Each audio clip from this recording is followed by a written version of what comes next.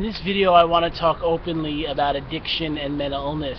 Sadly, life gets very difficult for some of us. I believe we're here on earth to learn and to grow and experience different situations, and sometimes when we are going through a challenge or a struggle or things become hard, we look for things to allow us to cope.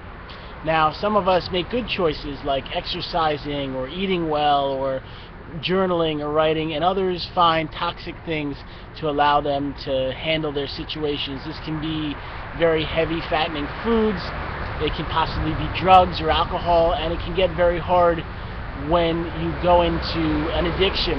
In my own life, I faced bipolar disorder, and when I was in my teens, it was very, very hard to deal with a mental illness. I felt very different than other kids. I was in psychiatric hospitals, and my self-esteem was really kind of knocked down.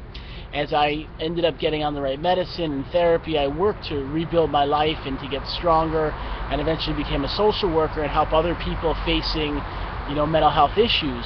And this past year, I have one brother who's an amazing person named Adam Wachtel, and he chose to deal with his issues through addiction. It started with drinking alcohol and smoking marijuana, and it progressed to drugs like Molly and cocaine, and he died this year at 27 from a heroin overdose. And just losing him has been a very challenging, tough time for my whole family, but I knew I was called to help those with mental illness and addiction.